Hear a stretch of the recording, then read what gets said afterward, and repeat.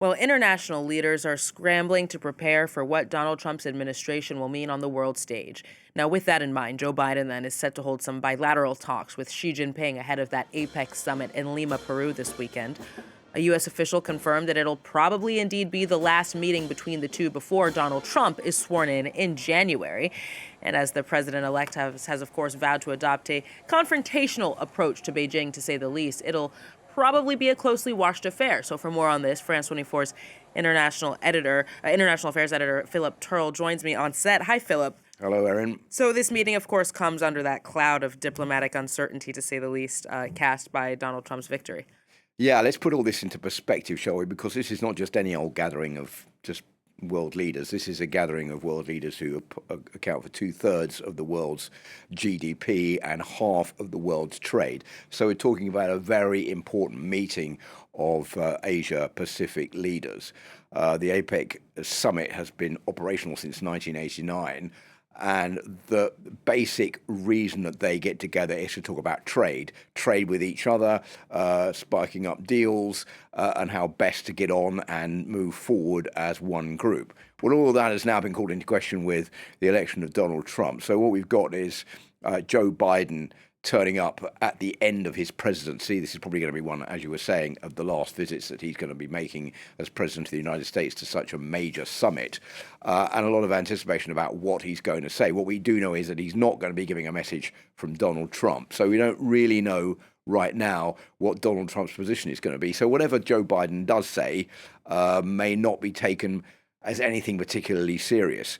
There are some important points on the agenda, though, which all of the countries here are quite keen to discuss. First of all is inflation. That is a big problem that they're going to have to sort out. Economic disparities between the different countries and high interest rates. And another point which is important to underline here is global warming and the fact that if Donald Trump does come to power, of course, what he's been saying is drill, baby, drill to build up the US's dependence on fossil fuels. That's not going to go down very well with many of the leaders who are attending this APEC summit. So a lot on the agenda, a lot of anticipation. Joe Biden is going to be meeting tomorrow with Xi Jinping, the Chinese president. But I think what we're looking at here is probably a change in direction once Donald Trump comes to the White House. And Philip, what do you think that Joe Biden is expected to try and get across to his Chinese counterpart? Well, Jake Sullivan, the National Security Advisor, has been giving some insight into what Joe Biden is going to be saying. I think he's got a series of messages. So the first one is, whatever happens after I've gone, when Donald Trump goes into the White House, would you please make sure that you keep supporting Ukraine? And those who don't support it, don't give too much weight to the United States if they want to stop that support for Ukraine. First point. Second point is, I think there's going to be a call by Joe Biden to move towards, as quickly as possible, a solution to the wars in Gaza and also in Lebanon.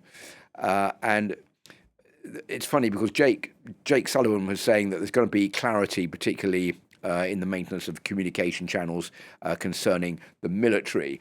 So that also throws light on the fact that there is concern in the United States that there will be a push by Joe Biden, by Donald Trump rather, when it comes to trying to solve the wars, particularly the war in Ukraine. And what the outgoing administration doesn't want is for there to be more credence given to Russia than to Ukraine, and this could mean that Ukraine will lose the war.